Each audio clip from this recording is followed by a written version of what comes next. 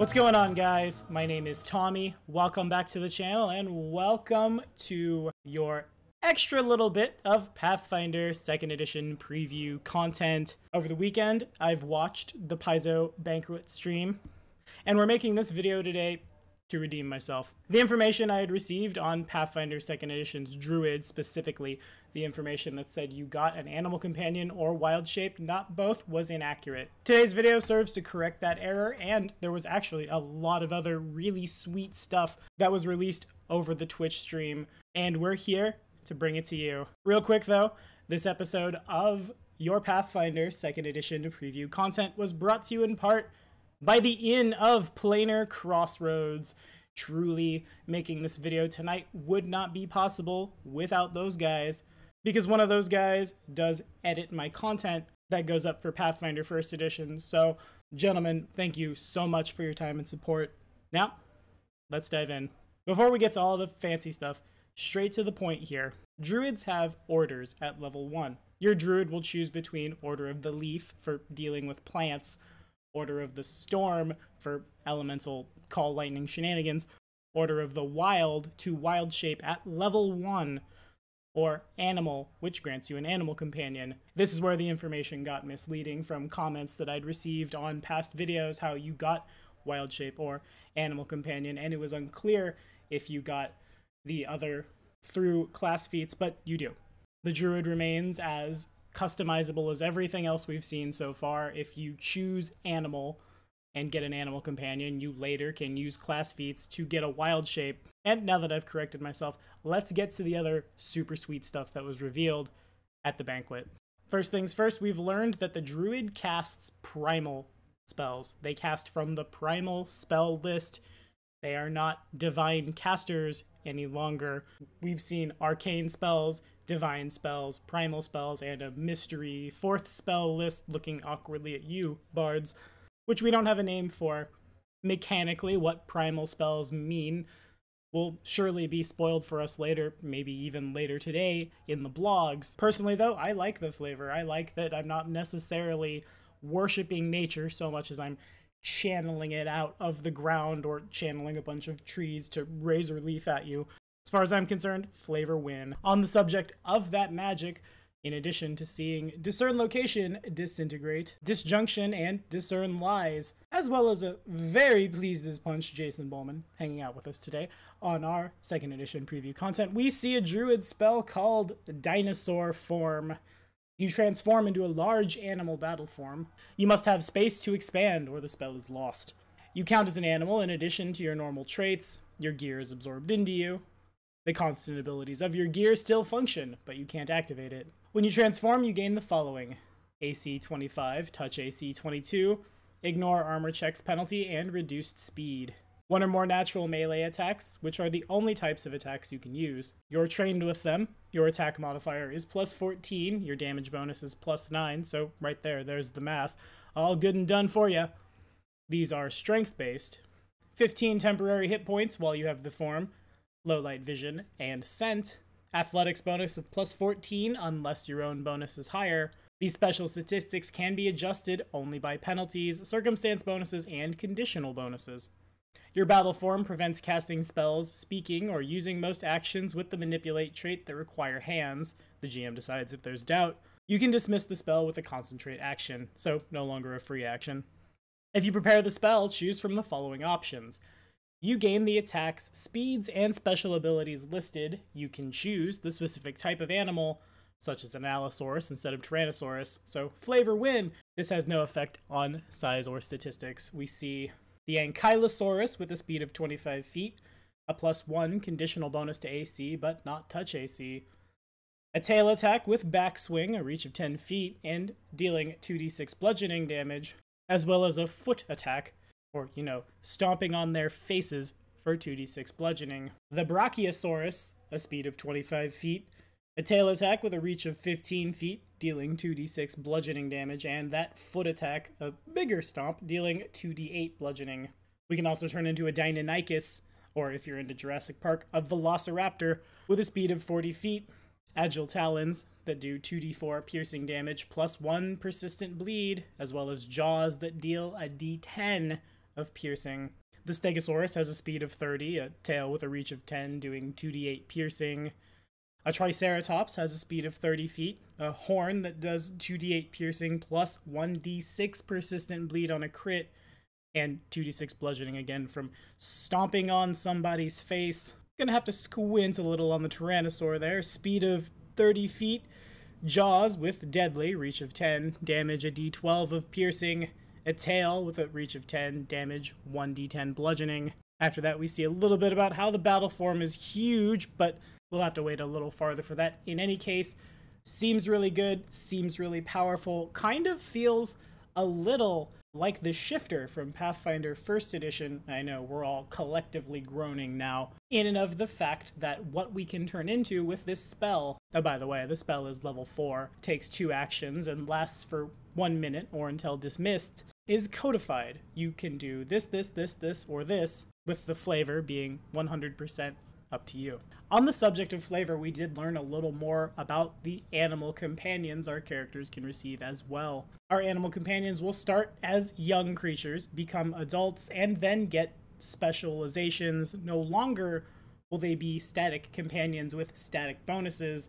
They will be customizable, much in the same way that no 2 dwarves will be alike in 2nd edition, so too will no 2 wolves be alike. And I really like that, because I really like having animal companions in Pathfinder 1st Edition. I like standing toe-to-toe with my wolf companion and savaging our enemies.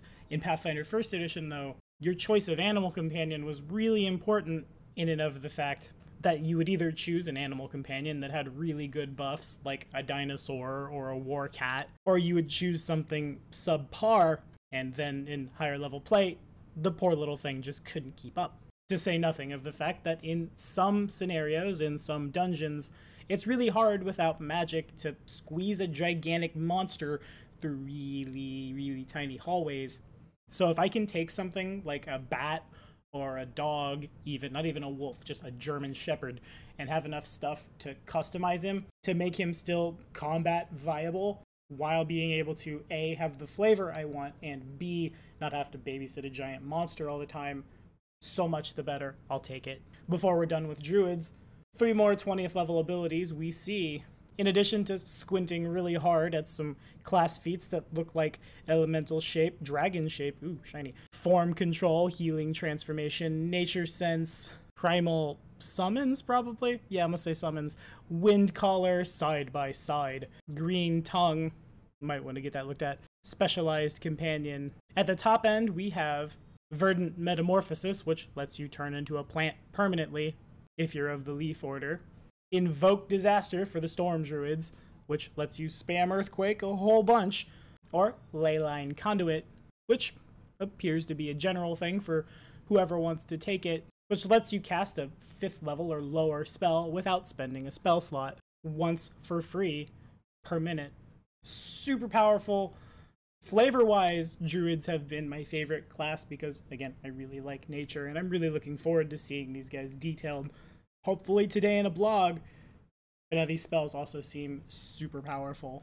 Next, we see all of the backgrounds that will appear to us in the Pathfinder playtest. Squinting real hard, we've got Acolyte, Acrobat, Animal Whisperer, Barkeep, Blacksmith, Criminal, Entertainer, Farmhand, Gladiator, Hunter, Laborer, Merchant, Noble, Nomad, Sailor, Scholar, Scout, Street Urchin, and Warrior. Nomad gives you forest lore checks and helps you survive in the wild. Some of these we've seen in previous videos here on the channel. Some of these we'll have to wait to see, but that's quite a few. And remember, Doomsday Dawn will have additional backgrounds.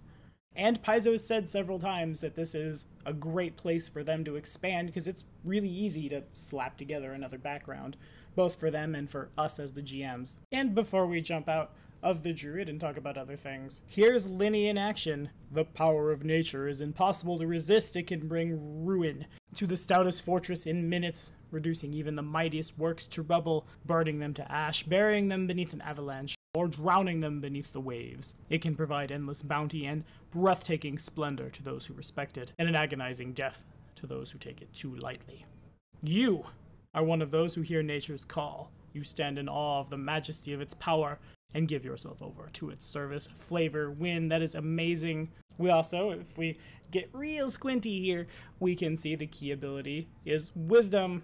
Hit points look like 6+ con, trained in perception, saving throws.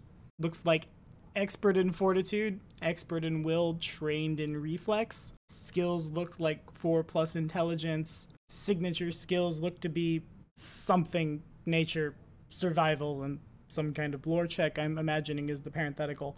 And we've also got little blurbs right there in the beginning for the beginners for how exactly role-playing a druid might work. Next up, we see some sometimes classic, sometimes new magic items that will appear in Pathfinder 2nd Edition. In addition, we've learned that there will be things known as trinkets, which are little magic items with a one-time bonus that you attach to your think like scrolls for people like the fighter who can't use scrolls. It appears that the Holy Avenger, Holy Water, of course, Horn of Blasting, Horseshoes of Speed, and Immovable Rod will be returning. In addition, we see the Inexplicable Apparatus and Indestructible Shield. Ooh, that sounds super powerful. Will be appearing. Yeah, sure. Real quick, let's talk about these.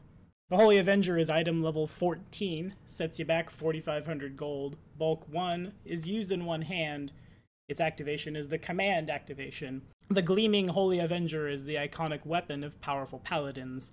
The crossbar and hilt of this +3 cold iron longsword are styled to look like angel wings. Tradition holds that those who see their reflection in a Holy Avenger's highly polished blade have their faults laid bare. When you activate the sword, you can use a separate interact action to point it at a creature you can see. You learn if that creature is evil. This is a 2nd level divination and detection spell. So remember, higher level spells can get around that. A non-good creature attempting to wield a Holy Avenger is enfeebled 2. This condition can't be removed in any way until the creature removes the weapon from its person. If you're a paladin, you also gain the following 2 benefits. When you critically hit an evil creature with the Holy Avenger, the creature is slowed 1 and enfeebled 2 for a round. After you hit a creature with the Holy Avenger, you can spend your next action to activate the sword to cast Dispel Magic at the same level as your champion powers. The Dispel Magic can target either an illusion the creature created or a mental effect the creature cast on you or one of your allies. You must be within 120 feet of the illusion or ally to dispel the effect. Once per day, you can use the Dispel Magic to instead target a spell affecting the creature you hit or item the creature wears or carries. To craft this thing, you must be a lawful good paladin, well that's new, and supply Detect Alignment and Dispel Magic. The initial raw materials must include 250 GP of cold iron. That is definitely a brand new crafting cost we're seeing, no longer. Can we run to the wizard? Nope, Mr. Paladin, you gotta do it yourself. Holy Water, of course, still is water blessed by a good deity. You activate a vial of holy water by throwing it as a strike with a range of 20 feet. This doesn't require an expenditure of resonance. Holy Water deals 1d6 good damage and 1 good splash damage. Holy Water damages only creatures that have a weakness to good damage, as well as all fiends and undead. Not a whole lot of stuff new there. The Horn of Blasting is item level 9, costs 700 gold, is held in one hand, bulk is light. Its activation is the operate action, and I'm assuming the 2 chevrons here indicate 2 actions. An operate activation. A Horn of Blasting looks like a master quality brass trumpet, and you can use it as such for performance as normal. When you activate the horn by blowing into it with destructive intent, images of skeletons going doot doot come to mind. You create a blast note targeting 1 creature or object within 30 feet. The target takes 4d6 sonic damage and can attempt a DC 23 fort save for half. No damage on a crit success. Once per day, you can newt even louder, spending 2 operate activation actions to instead create an intense blast wave that deals 8d6 sonic damage to creatures in a 30-foot cone and causes them to be deafened for 2d6 rounds. A target can attempt a DC 23 fort saving throw. On a success, it takes half damage, or no damage on a crit again, and negates the deafened condition. I'm kind of bummed I didn't see anything special for the bard there, I'm not gonna lie. But maybe we'll see that in the class features. There also appears to be no crafting requirements for this thing, so it might be a lot easier for us to get our hands on it. Next, we see the Horseshoes of Speed, which have varying item levels. At level 7 for 340 gold, the bonus to speed for any quadruped that wears them is 5. And the bonus to athletics checks to high jump or long jump is 2. At level 14 for 4,250, the bonus to speed is 10 and the bonus to checks is 4. In addition, when whatever is wearing these leaps, it can move 5 feet further if jumping horizontally or 3 feet if jumping vertically. The immovable rod sets you back 600 gold at item level 9 and functions in the same way. You push a button with the operate activation and then that rod is anchored in place and defies gravity. Push the button again, the rod deactivates and ends the magic. While anchored, the rod can be moved only if 8,000 pounds of pressure are applied to it, or if a creature attempting to force the rod out of place critically succeeds at a DC 30 athletics check. Though, of course, most intelligent creatures will just press the button. It was good before, it's good now. Now, the indestructible shield and the inexplicable apparatus are items that I'm not familiar with. They might be new for here. The indestructible shield is item level 18 and sets you back 23,000 gold. An indestructible shield is a legendary heavy adamantine shield, hardness 13, that can't be dented or broken. It can be destroyed only by a disintegrate spell, dealing at least 90 damage to it, or by an artifact tied to destruction, such as a Sphere of Annihilation. Wow, yeah, okay, that's every fighter's best friend in 2nd edition. That's DR 13 as a reaction, and you can't get your shield dented, and you can't get your shield broken. Yeah, okay, we all want it, super good. The inexplicable apparatus sets us back 32,000 gold at item level 19. Its bulk is 2, one more than that shield. This strange and intricate harness fits snugly to the torso once you invest the apparatus, so spend a point of your resonance every day into it. Numerous artificial limbs with various tools, clamps, and lenses whirl into action, following your mental commands effortlessly. When using the apparatus, you gain a +5 item bonus to crafting checks to craft or repair, and you reduce the minimum number of days to craft an item by 1 day, a minimum of 1 day, so you can't just craft something in 5 minutes. Oh, please. Okay, fine, I understand. If you spend more downtime to continue work on the item after, and that's all we got. Oh well. Nevertheless, seems good. These items seem super powerful, and the art looks pretty sweet as well. And here we see some of these trinkets. Some of them affixed to armor, some of them affixed to weapons, and it looks like a lot of them have triggers. Let's dive into these, shall we? First off, the Onyx Panther. Sets you back 19 gold. Its method of use is affixed to armor. Takes 1 focus activation. The trigger is you attempt to sneak, but you haven't rolled yet. It requires you to be an expert in stealth, so the rogues have a new toy. This small stone is in the stylized shape of a stalking panther. When you activate the panther, you can move your full speed instead of half on the triggering action. Seems alright for a one-shot, help you go a little faster. I can dig it. The Owlbear Claw sets you back 3 gold. It's affixed to a weapon. We've got a focus activation, the trigger. You critically succeed at an attack roll with the affected weapon. You must be an expert with the affected weapon. This claw set in an iron clasp and chain isn't always the claw of an owlbear. Again, flavor win. But this trinket is associated with the strange beast due to its original formula. When you activate the claw, the triggering attack gains the weapon's critical specialization effect. If you already gained the critical specialization effect for the affected weapon, the trinket has no effect. The Panacea, 350 gold at item level 13. It's held in a hand, bulk is light, and we activate it with an operate activation. This potion attempts to counteract the effects of all curses and diseases affecting you, as well as any blindness and deafness caused by spells affecting you. The potion has a counteract level of 7 and a +20 modifier on the roll. This one is not a trinket, this is just a random item we see in the game. But item level 13 is pretty high, so we imagine the Panacea is like somewhere mid, maybe even high level, remove diseases and stuff, short of having a cleric. Next up we see a magical bit of ammunition, the Penetrating Ammunition. When you activate and shoot Penetrating Ammunition, treat the attacks as a 60-foot line originating from you. You roll 1 attack roll and compare the result to the AC of each target in that line. The ammunition ignores up to 10 of the target's resistance, and it can penetrate walls up to 1 foot thick with hardness 10 or less. Each target that takes damage from this ammunition also takes a d6 of persistent bleed. If your attack roll result is a natural 20, you get an automatic critical success, against only the first target struck, but can still get a critical hit on other targets if your result exceeds their AC by 10 or more. If you have access to your bow's critical specialization effect, penetrating ammunition applies that effect only against a target in the last square of the 60-foot line. It's an operate activation to use this stuff, and its item level is 10, but in return we're essentially shooting piercing lightning bolts. Sure, we'll take it. Next we see a magical mask. The Persona Mask at item level 5+. Its activation is a focus activation with no RP cost. Despite covering the entire face, this alabaster mask does not hinder vision or other senses. Stuff that's cut off checks while acting, orating, performing comedy, or singing.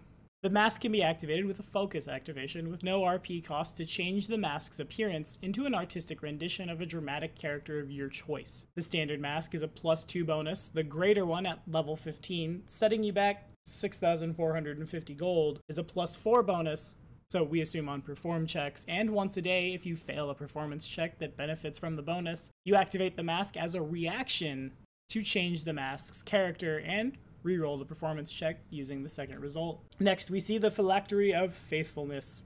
That kind of feels a little bit like a contradiction, but that's probably because I associate a phylactery with a lich, but I guess you can be faithful to the bad guys too, right? Okay, I digress. It's a worn circlet.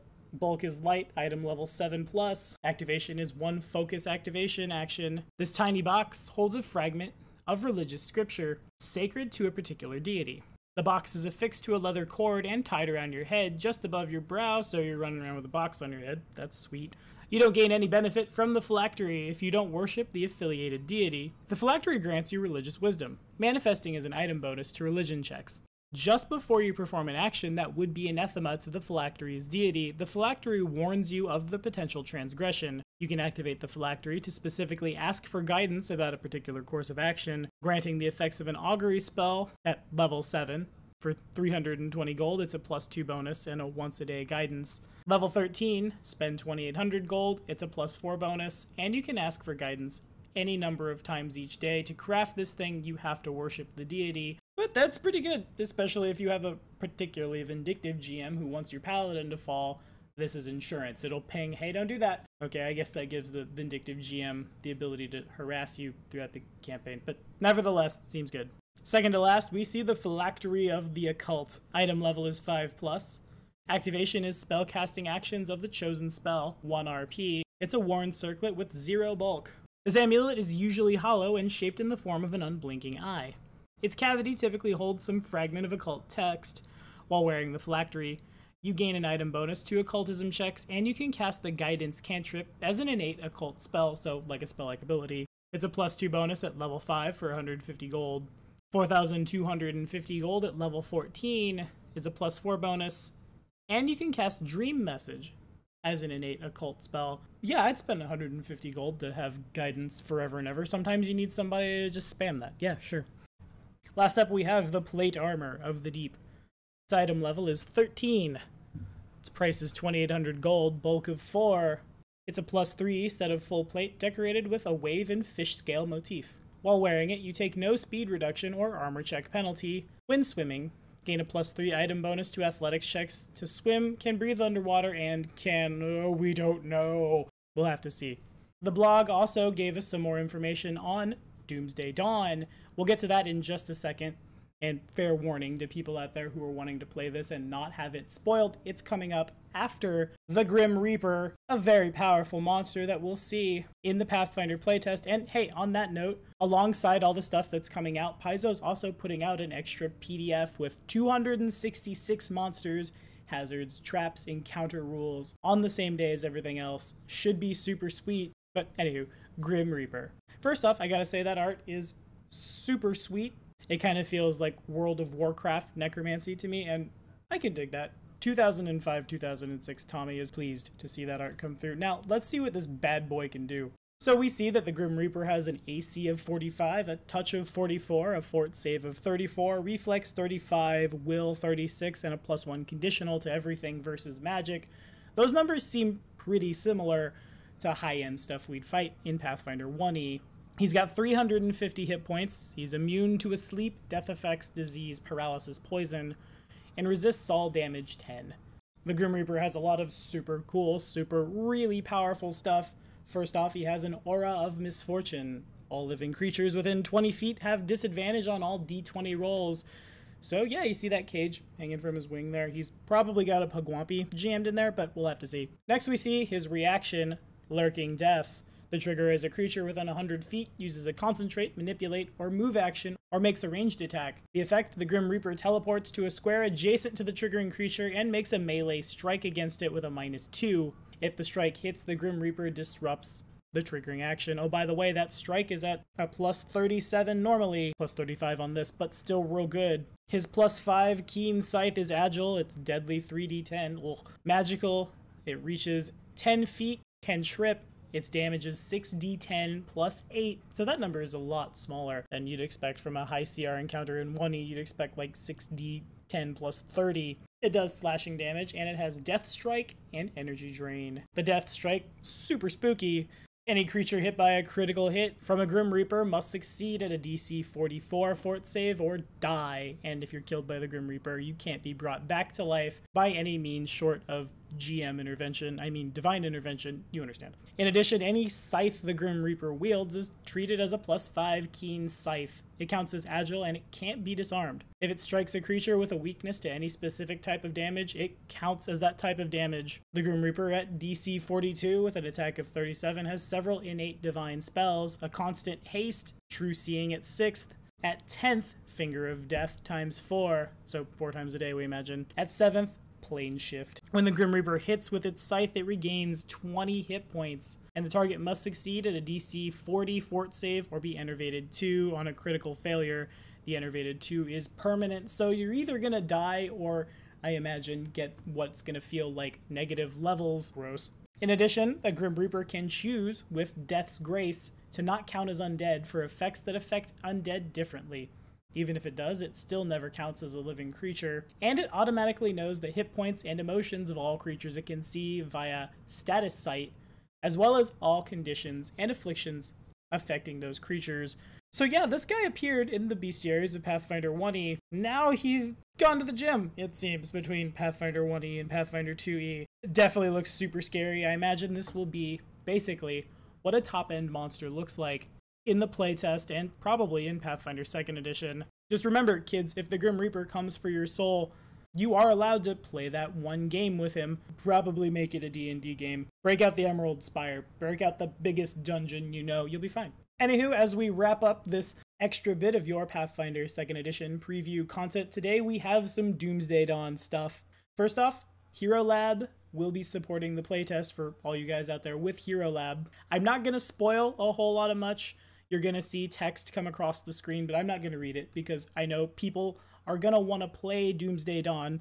And hey, I guess I'll put this in now. We're playing Doomsday Dawn right here on the channel. If you want to enter the giveaway, follow this card right up here. But what I will spoil is that you're going to need more than one character to get through the playtest. It spans, as we've said, the 10 years of Pathfinder 1E, and it starts just before the Swallowtail Festival in Rise of the Rune Lords, so that's fun. Anywho, I'm audibly spoiling nothing. So if you don't want to have Doomsday Dawn spoiled for you, set your device down now, turn off your monitor. Here's one bit of art and text.